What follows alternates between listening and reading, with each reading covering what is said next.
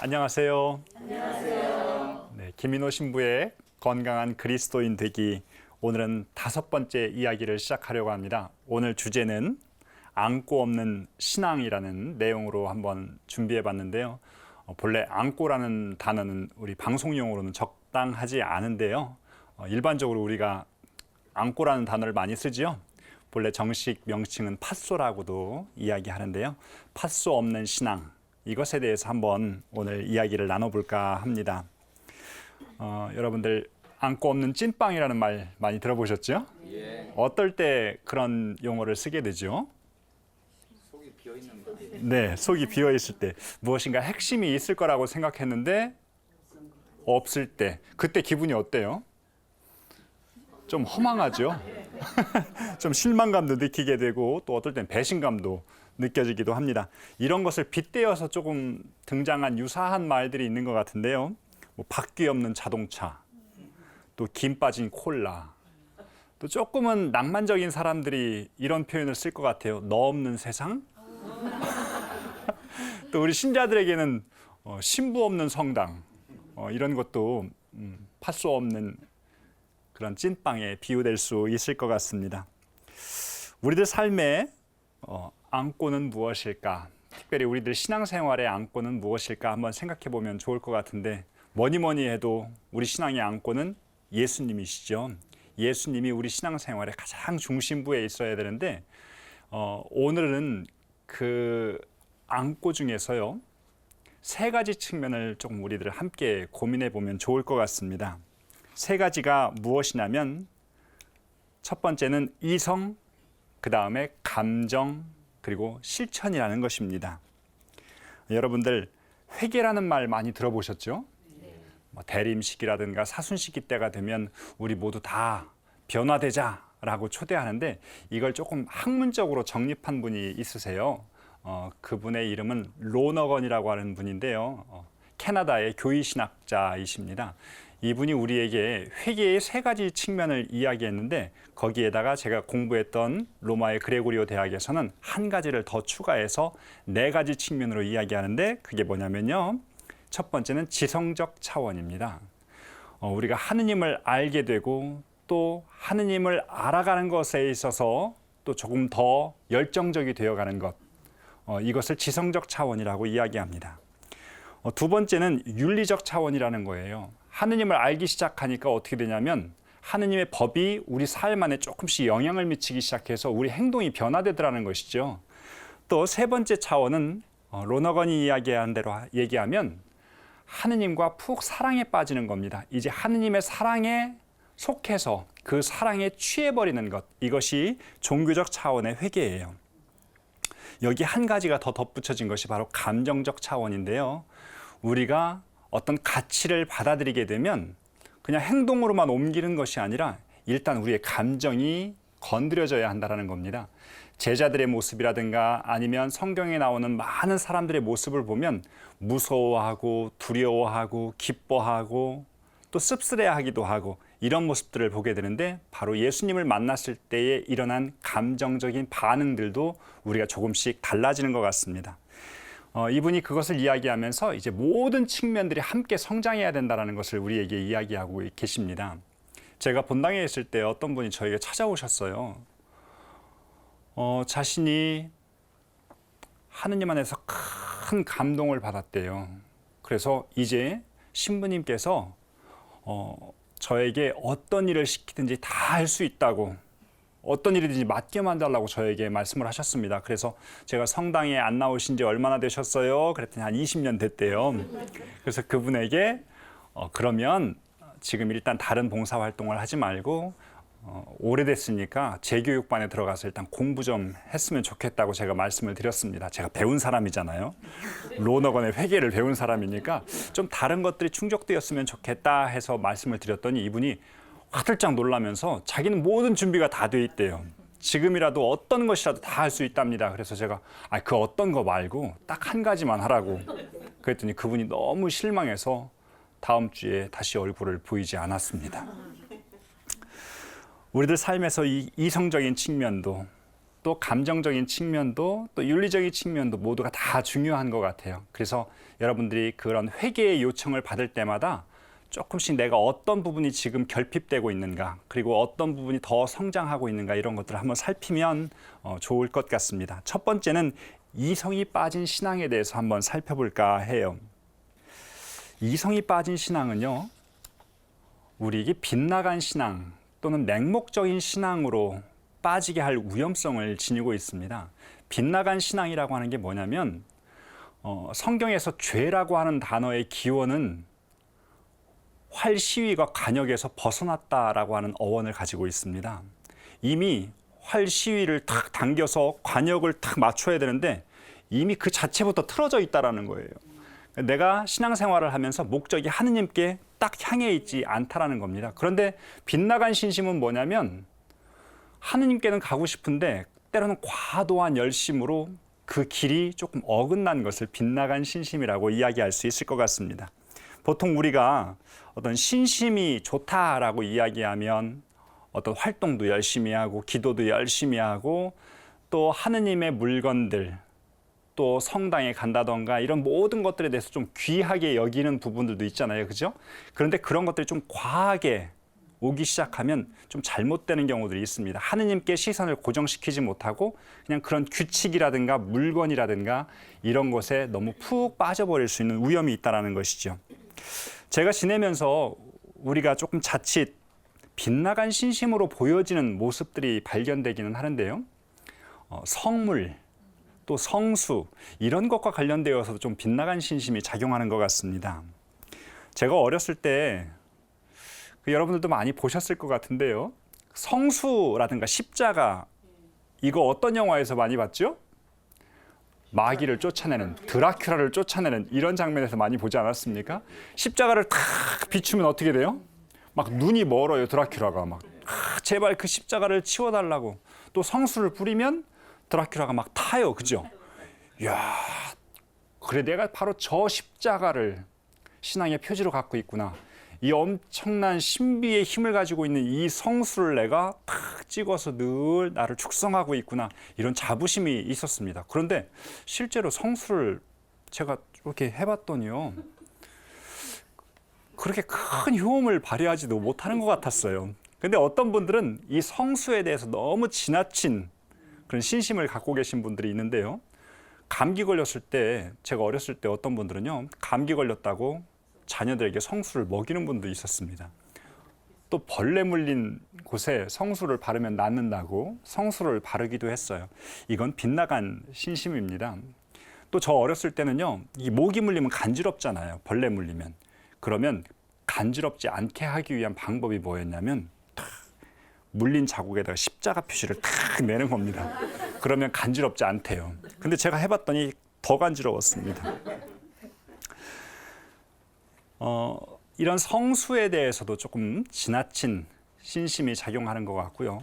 또 성물에 대해서는 조금 더 한 번 더 생각해 봐야 할 것이 있는데 오늘날 이 성물들이 때로는 부적처럼 느껴질 때도 있습니다. 어떤 사람이 시험을 보러 갔어요. 근데 시험을 보러 갔는데 그만 떨어지고 말았습니다. 왜 떨어졌을까 원인을 찾다 보니까 십자가가 달린 묵주 목걸이, 십자가가 달린 목걸이를 안 하고 갔던 거예요. 아, 내가 이걸 안 하고 가서 시험에서 떨어졌구나 라고 생각을 하게 되었답니다. 이게 하나의 징크스가 된 거예요.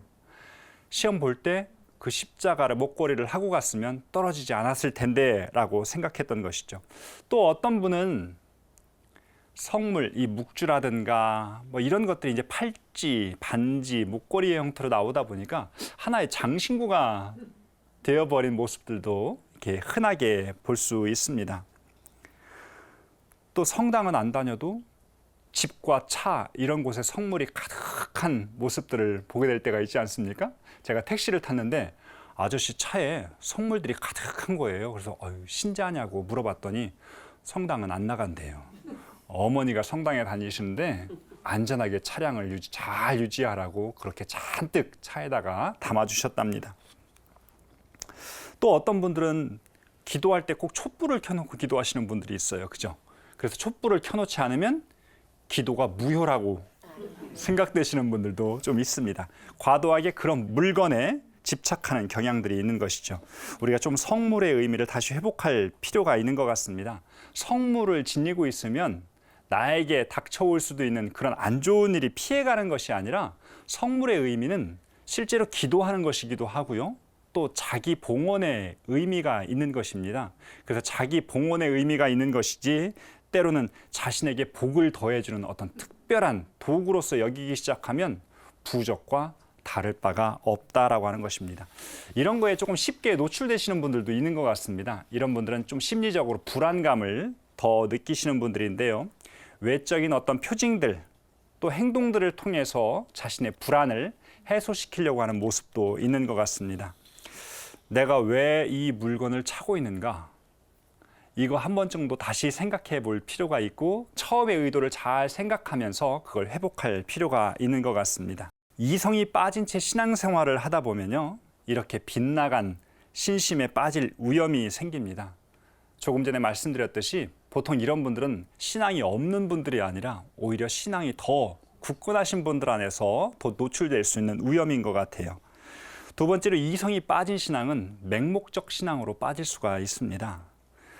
제가 어렸을 때 가게를 했었는데요. 저희 어머니가 가게를 보려고 하는 저에게 늘 하시던 말씀이 뭐냐면 장사하는 사람은 뭐 빼고 장사해야 된대요? 쓸개 간을 빼놓고 장사해야 된답니다. 왜 그러죠?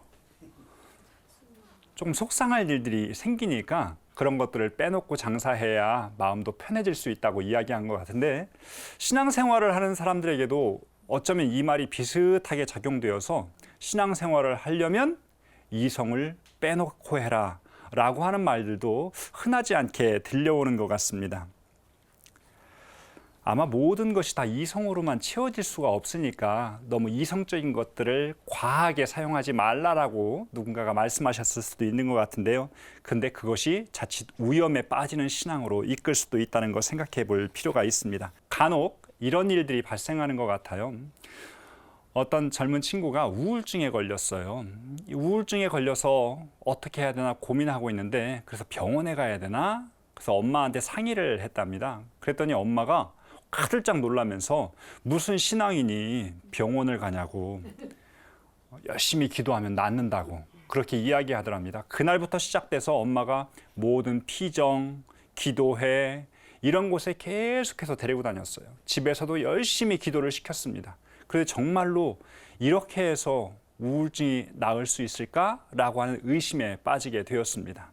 제가 그분에게 그렇게 해서 우울증이 나을 수 있는 것이 아니라 도움은 될 수도 있겠지만 또 반대로 자칫 잘못될 수도 있으니까 빨리 병원에 가서 치료를 받았으면 좋겠다라고 충고를 해줬던 기억이 납니다. 이런 일들 맹목적인 신앙은 지난번에 한번 살펴보았듯이요. 아이들이 감기에 걸렸는데 약을 준 것이 아니라 기도하면 낫는다고 하면서 그 옆에서 굶겨서 또 때려서 그 아이들을 죽이게 한 사건들 여러분들 기억하시죠? 이런 맹목적 신앙도 만들어 버릴 수가 있고요. 또 지난번에 여러분들 보셨듯이 청산가리를 먹고 죽으라는 교주의 말에 모든 신도들이 다 죽었습니다. 이것 또한 맹목적 신앙의 형태입니다. 간단히 말해서요. 맹목적 신앙은 틀린 이야기에 예하라고 강요받는 거예요. 그러면 우리는 틀린 이야기에 노할 수도 있는 신앙을 만들어 가야 하는데 무엇으로 그것을 판단할 수 있을까요? 무엇이 틀렸는지 무엇이 맞는지를 어떻게 알 수 있겠습니까? 그것을 하기 위해서 우리에게는 이성이 필요하다는 것입니다. 제대로 된 신앙이 아닌 것에 노하기 위해서 이성이 필요하고 또 더 하느님께로 나아가기 위해서 이성이 필요하다는 것입니다. 가톨릭 교회는 우리가 하느님을 향해 나아가는 과정 안에서 두 개의 날개가 필요한데요. 두 개의 날개로서 우리에게 제시했던 것은요. 신앙과 이성이라는 날개입니다. 이것이 바로 하느님을 향해서 날아오르는 인간이 지니고 있는 두 날개라는 것이죠. 그런데 오늘날 우리 신앙 안에서 하나의 날개, 곧 이성의 측면이 조금 경시되는 경향이 있는 것 같아요. 오늘날 어떤 사람이 이런 글을 썼습니다. 오늘 한국 교회는 신학의 부재와 영성의 왜곡이라는 위기 가운데 빠져 있다. 물론 대개의 사람들은 신학이 없는 상황에서 또한 영성이 왜곡되어 있어도 여전히 교회가 운영되고 있기 때문에 이런 위기를 별로 절실하게 생각하지 않을 것이다. 우리 삶에서 왜곡된 지식이 자꾸만 들어오면요, 그것이 왜곡된 믿음을 만들어 놓고 왜곡된 믿음은 왜곡된 신앙생활을 하게 만들어 버린다는 것입니다. 언젠가 제가 신천지에 빠진 청년 하나를 만난 적이 있습니다. 이 청년을 돕기 위해서 여러 전문가들한테 제가 자문을 구하는 과정 안에서 이분이 첫 번째 그 전문가가 저에게 물었던 것은요, 신천지에 빠진 지 얼마나 됐냐고 물었어요. 제가 글쎄 이 기간이 그렇게 중요합니까? 라고 물었더니 굉장히 중요하대요. 그 이유는 신천지에 가면 6개월 이상 된 신자와 6개월 이하의 신자가 있는데 6개월 이하는 그래도 비교적 나올 수 있는 경우의 수가 크답니다. 그런데 6개월 이상 되면 나오기가 굉장히 어렵대요. 무슨 일이 있는데 그렇게 나오기가 힘드냐고 그랬더니 그 기간 동안 성경 공부를 한답니다. 성경 공부를 하고 난 신자는 거기에서 결코 나오기가 어렵다는 것이죠. 그래서 빨리 선을 써야 한다라는 이야기를 그렇게 해주셨던 겁니다. 제가 그 말을 듣고 생각해 봤습니다. 아니, 어떻게 신천지에 가서 6개월이 지났는데 빠져나올 수 없는 골수 신자가 되었을까? 우리 천주교 신자들은 몇 개월 되셨습니까? 부끄러운 고백이지만요, 이 신천지에 신부님 2분이 빠지셨어요. 근데 그분이 하셨던 말씀이 신천지에 가서 성경을 읽었더니 성경이 이렇게 달콤한지, 이렇게 달달한지를 처음 알게 되었다고 말씀을 하셨습니다. 신자분들도 신천지에 많이 들어가셔서 첫 번째로 하셨던 이야기가 바로 그 이야기입니다. 성경이 얼마나 달달한지 모르겠다고. 여러분들도 지금 신앙생활하면서 그런 성경의 달달함을 느끼십니까? 조금 우리에게 지성적인 측면이 조금 부족하다는 것을 생각할 필요가 있는데요. 제가 이제 학교에 있다 보니까 이제 본당에서는 신자들을 마주할 수 있는 시간이 있는데 제가 이제 밖에 있으니까 성당에 가는 신자들의 모습을 구경할 때가 있습니다. 한 9시 반부터 10시 반 사이에 이제 많은 사람들이 성당으로 가고 교회로 가고 하지 않습니까? 그런데 딱 보면 성당에 가는지 교회에 가는지를 알 수가 있어요. 무엇으로 확인할 수 있겠습니까? 네, 성경책을 가지고 다니는 사람이 천주교로 가는 것이죠?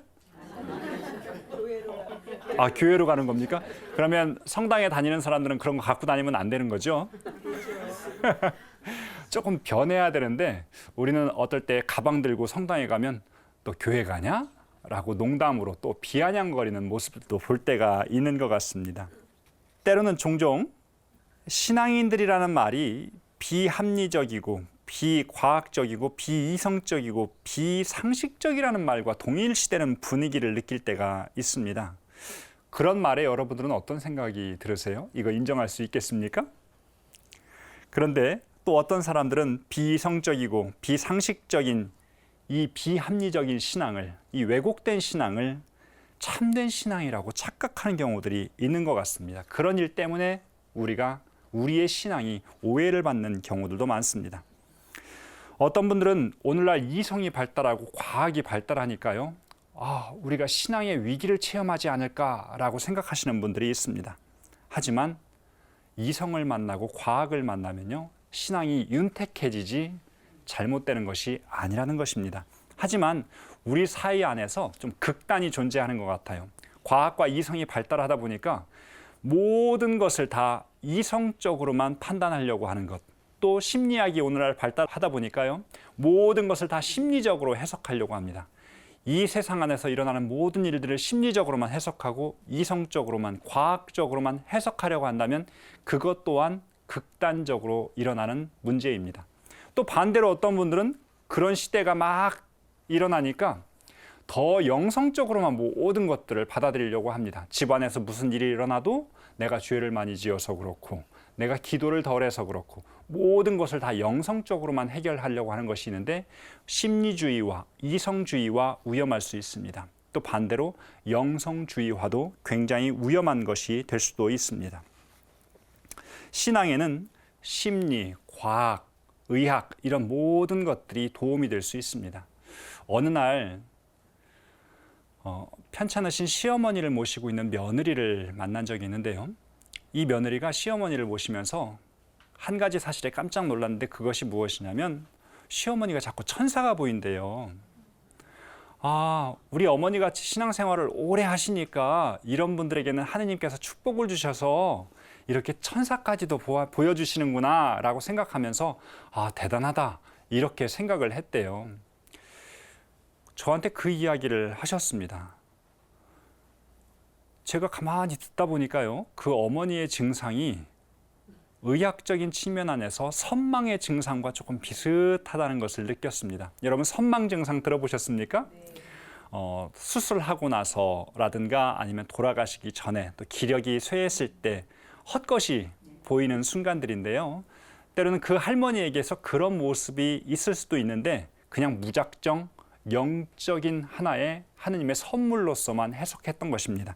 이거 굉장히 위험한 것이죠. 그래서 제가 그 며느님에게 어머니 드시고 싶다는 것 좀 잘 해드시고 또 죽음에 대한 불안감이 있기 때문에 가족들 좀 잘 오라고 해서 그들과 밥도 먹고 이야기도 또 주변 사람들도 초대해서 같이 이야기를 나눌 수 있는 시간을 좀 마련해드리면 좋겠다고 부탁을 드렸습니다. 그랬더니 그 며느리가 실제로 그렇게 했고 나중에 그 어머니에게서 천사가 더 이상 나타나지 않았다고 합니다.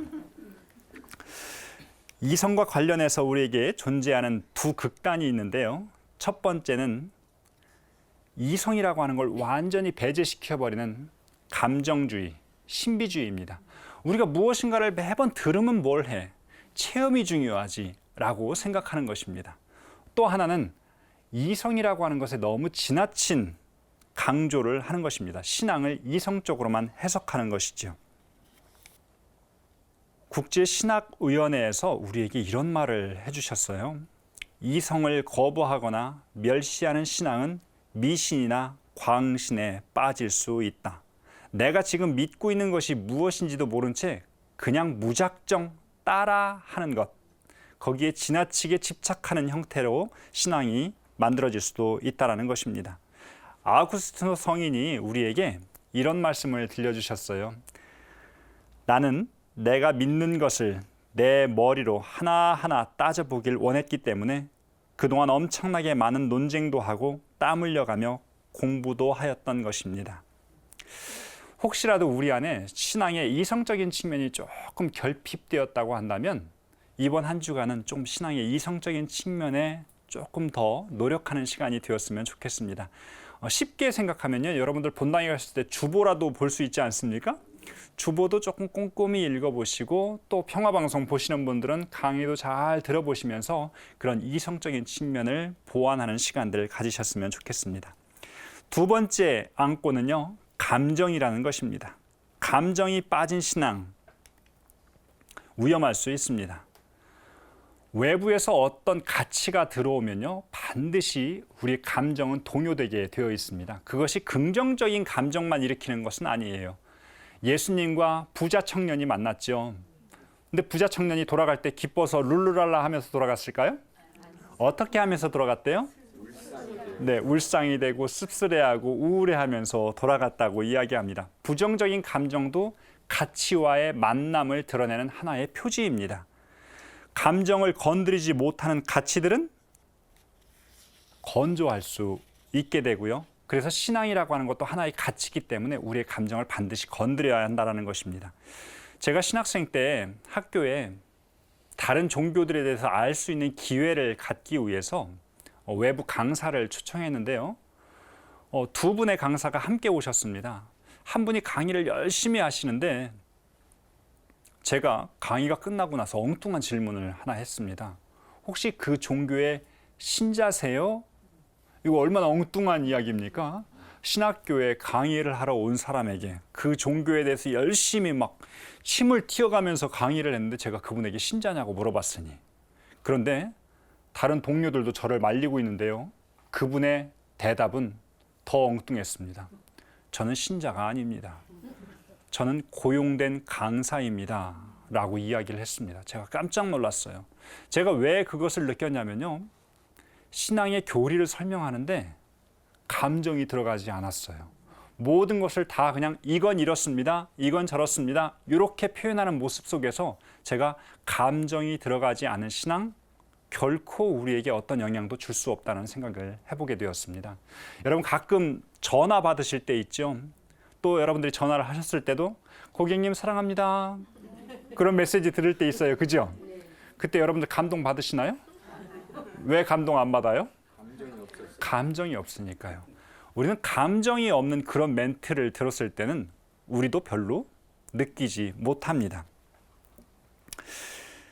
신앙뿐만 아니라 우리의 삶은 감정에 의해서 영향을 굉장히 많이 받습니다.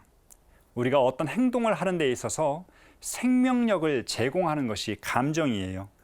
인간은 많은 행동이 감정에 의해서 좌우되는 경우들이 있습니다. 우리가 이성에 의해서 행동이 이루어진다고 생각하지만 많은 경우가 감정에 의해서 좌우되는 것인데요. 우리 삶의 많은 결정 과정들에 감정이 굉장히 큰 역할을 하고 있다고 하는 것을 여러분도 보실 수가 있습니다.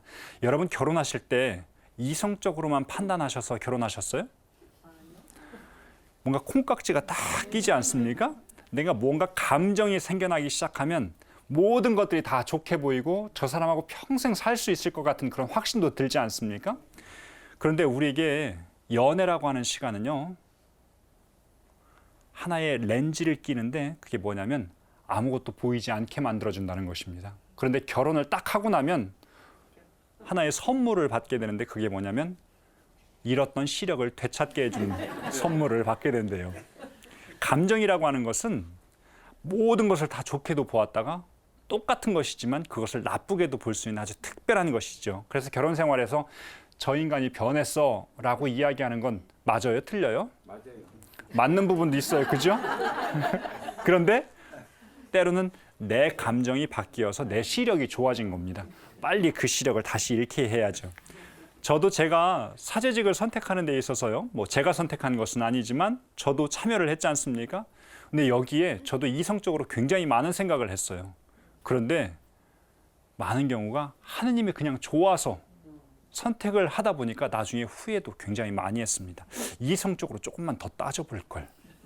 그런데 여러분 결혼을 선택하셨듯이 저도 후회는 되지만 또 그 삶이 행복하고 즐겁습니다.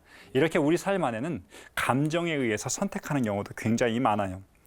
우리의 기도도 좀 솔직해질 필요가 있어요. 솔직한 감정이 들어가야 하는데 우리의 기도가 대부분이 그냥 앵무새처럼 기도문을 읽어내는 기도가 될 때가 굉장히 많습니다. 개신교회에서는 자유기도들을 굉장히 많이 해요. 그죠? 근데 우리 가톨릭은 그런 것들을 잘 절제시켜서 기도문들을 발달시켰는데 하다 보니까 많은 사람들이 자유기도를 하라고 하면 이제 아예 못합니다. 그죠? 그래서 서로 그냥 하라고. 신부님 보고 하라고. 기도는 누가 하는 거예요? 신부님이 하는 거예요. 신자는 기도하는 거 아니에요. 그냥 함께 참여하는 겁니다. 이거 좀 바뀔 필요가 있는 것 같습니다. 여러분들이 자녀들에게 막 화가 났어요. 그러면 기도하는데 자녀들에 대한 화난 감정이 또 남편과 부인과 화났던 그 감정이 기도할 때 싹 사라집니까? 비슷하게 가지 않아요? 그럴 때는 그냥 기도하다가 솔직한 마음을 드러내십시오. 남편 때문에 너무나 화가 났으면요, 여러분 기도할 때 하느님, 저 너무 화나요. 우리 남편 때문에 화가 나 죽겠어요. 골탕 좀 먹었으면 좋겠어요. 우리 남편이 집으로 돌아오다가 확 넘어져가지고 내일 출근하는데 지장이 없을 정도만 다쳐서 아침이 되면 다시 빨딱 일어나서 직장으로 갔으면 좋겠습니다. 이 모든 기도를 우리 주 예수 그리스도를 통하여 비나이다. 이런 기도 할 수 있겠습니까? 없겠습니까? 할 수 있어요. 근데 걱정하지는 마세요. 하느님이 꼭 들어주지는 않으십니다.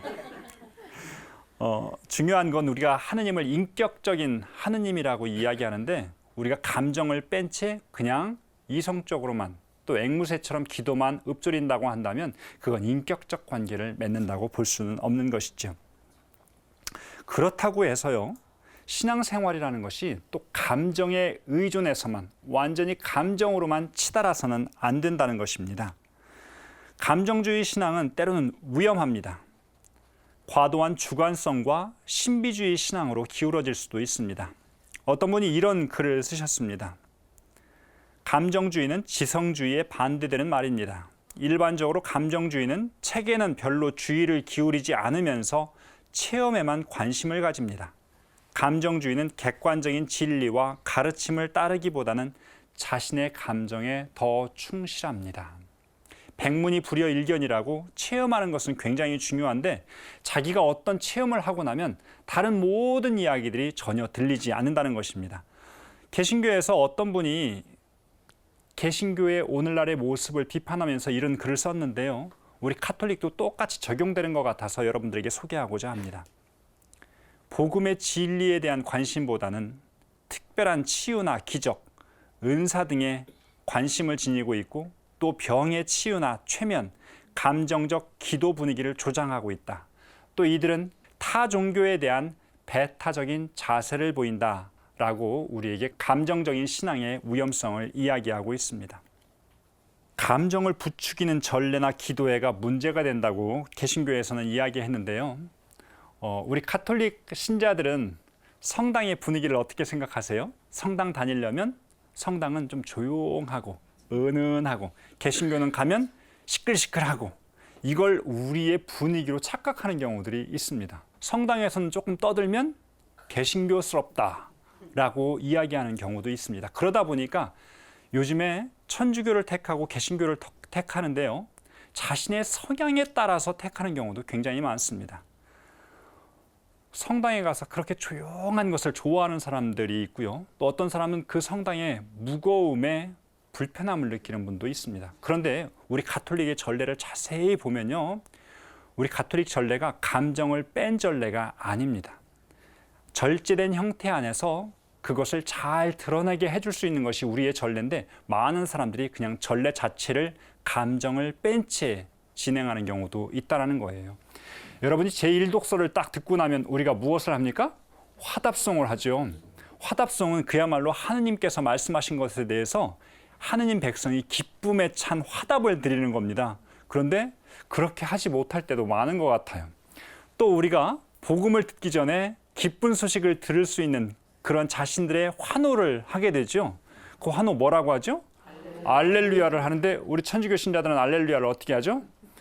알렐루야, 알렐루야.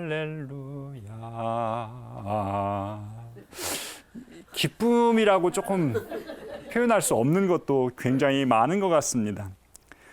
그 밖에도 봉헌 성가라든가 성체 성가라든가 이런 것들이 우리에게 별로 큰 감정적 동요를 일으키지 못하는 경우도 많습니다.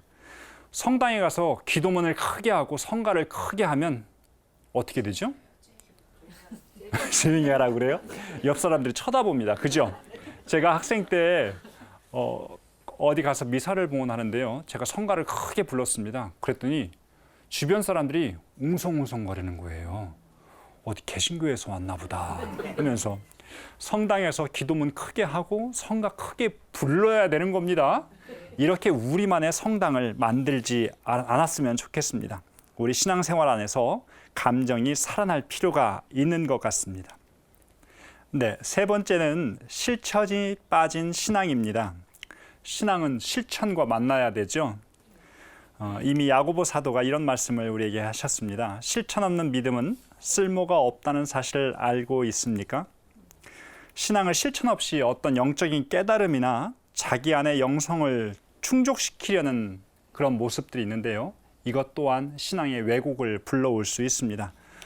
누군가가 우스갯소리로 신자 유형을 5가지로 우리에게 소개를 했는데요. 첫 번째는 발바닥 신자입니다. 발바닥 신자가 어떤 신자일까요? 네, 열심히 왔다 갔다 성당 왔다 갔다 하고 요즘에는 다른 성당으로도 또 왔다 갔다 하죠.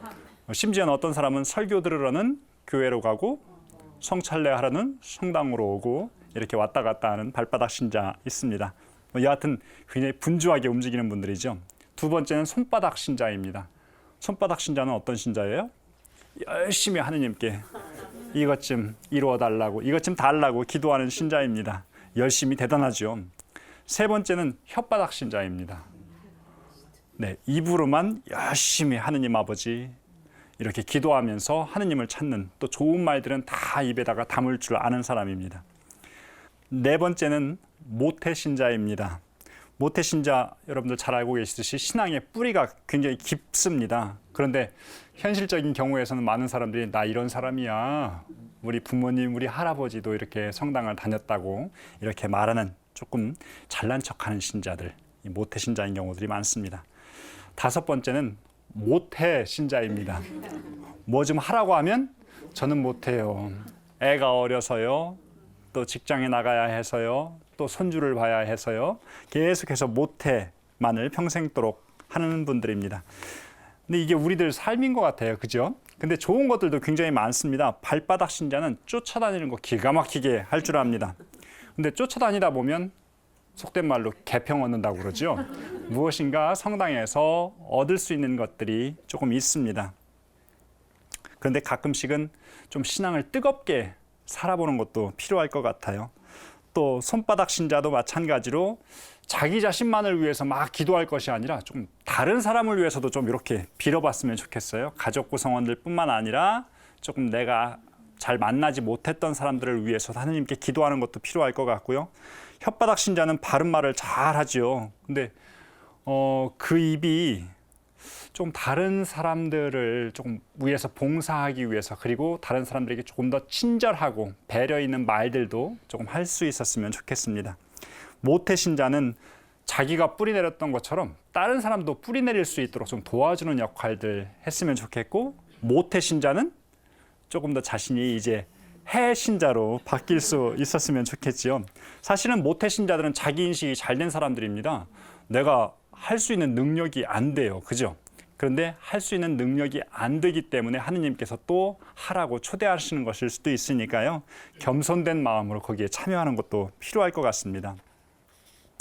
옛날에 키에르케고르라고 하는 분이요. 한 200여 년 전에 우리에게 신앙과 관련되어서 명예 그리스도인이라고 하는 표현을 쓰면서 좀 따끔한 지적을 하셨는데요. 명예 그리스도인은 누구냐면 신앙 때문에 자신의 실속을 잃지 않는 사람입니다. 반대로 또 신앙으로 인해서 어떤 유익을 추구하는 이가 명예 그리스도인이라는 겁니다. 그 명예 그리스도인들이 갈수록 늘어나고 있고요. 또 심지어는 이 명예 그리스도인이 진정한 그리스도인인 것처럼 그렇게 행세하는 판국이라고 그렇게 이야기를 하셨습니다. 이들은 신앙과 관련되어서 내가 조금은 뭔가 부담을 느껴야 하고 내 삶의 실속을 잃을 수 있는 경우가 있으면 쏙 빠져버리는 사람들, 이들이 바로 명예 그리스도인입니다. 그분은 우리에게 두 가지 종류의 신앙인을 이야기했는데요. 첫 번째는 감탄하기만 하는 사람입니다. 와, 좋다. 성당에 오니까 좋고 복음 말씀 너무나 좋다. 감탄하는 겁니다. 두 번째는 따름으로써 그 감탄을 실천하는 사람들입니다. 그에 의하면요, 이제 그리스도인이냐 비그리스도인이냐라고 하는 구분은 별로 의미가 없다라는 겁니다.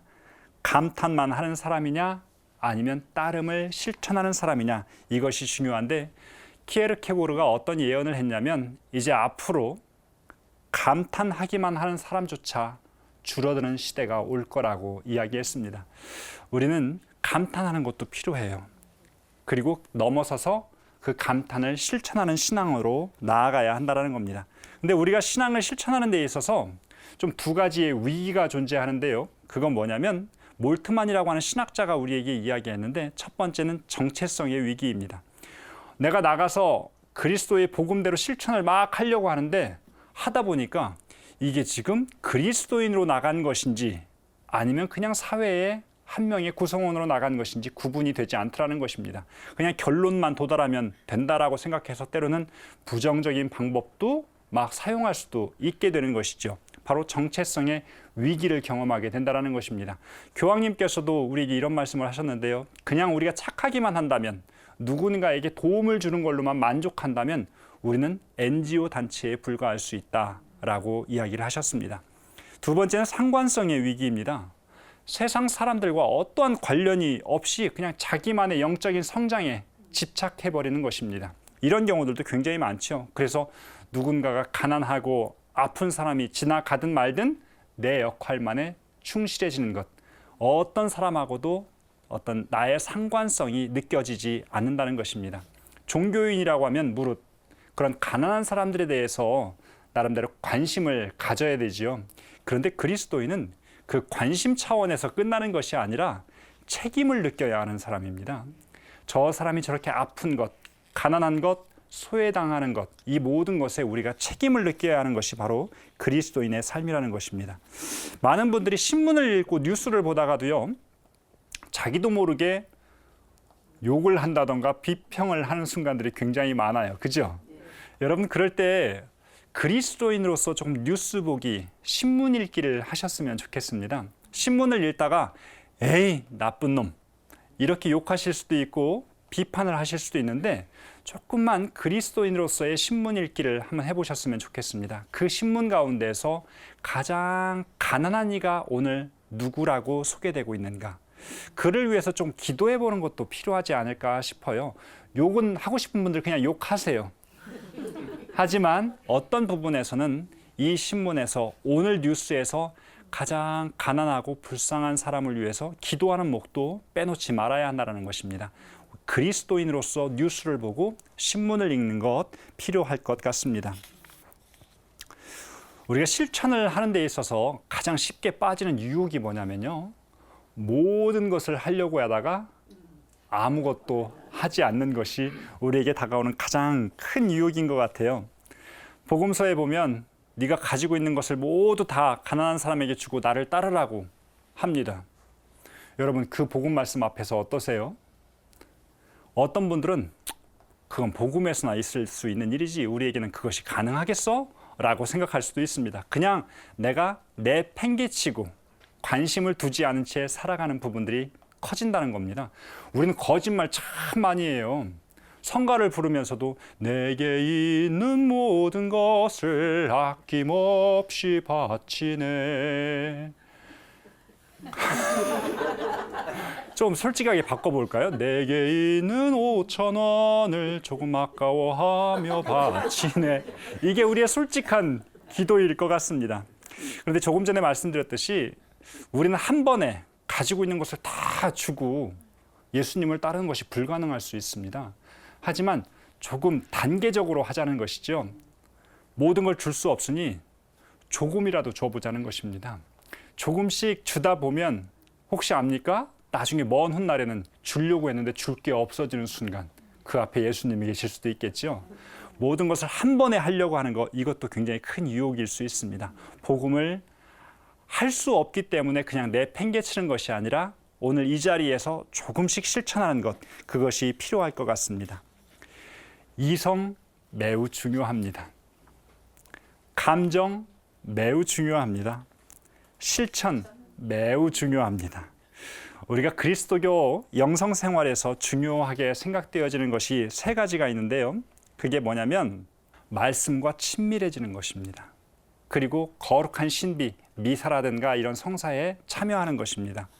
세 번째가 바로 가난한 이에게 봉사하는 것이에요. 이 세 가지 중에서 어느 하나라도 빠지면 우리 영성 생활에 문제가 되는 것입니다. 그래서 이성적으로도 충실해져야 하고 감정적으로도 충실해지면서 실천하는 것으로 그 모든 것들이 나갈 수 있어야 하는 것입니다.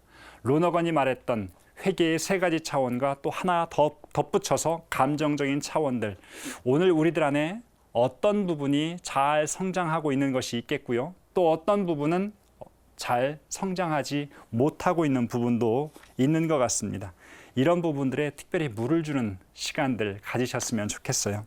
마지막으로 보나벤투라라고 하시는 분이요, 우리에게 이 말씀을 들려주셨는데 제가 이것을 사족을 붙이지 않고 함께 읽는 것도 굉장히 좋을 것 같아요. 한번 우리의 신앙생활에서 이분의 말씀을 기억해 봤으면 좋겠습니다. 그 누구도 깊이 새기지 않고 공부만 한다든가, 열의는 없으면서 묵상만 한다든가, 감탄이 없는 탐구만 한다든가, 기쁨을 느끼지 못한 채 계명만 지킨다든가, 신심은 없으면서 활동만 한다든가, 사랑을 갖추지 않은 채 지식만 갖춘다든가, 겸손은 갖추지 못한 채 공부만 한다든가, 하느님께서 지혜를 불어넣어 주시지 않아도 얼마든지 자기 자신에 대해서 깨달을 수 있다고 생각한다든가 하지 않기를 바라는 마음입니다. 이 말은 또 저의 마음이기도 합니다. 네, 감사합니다.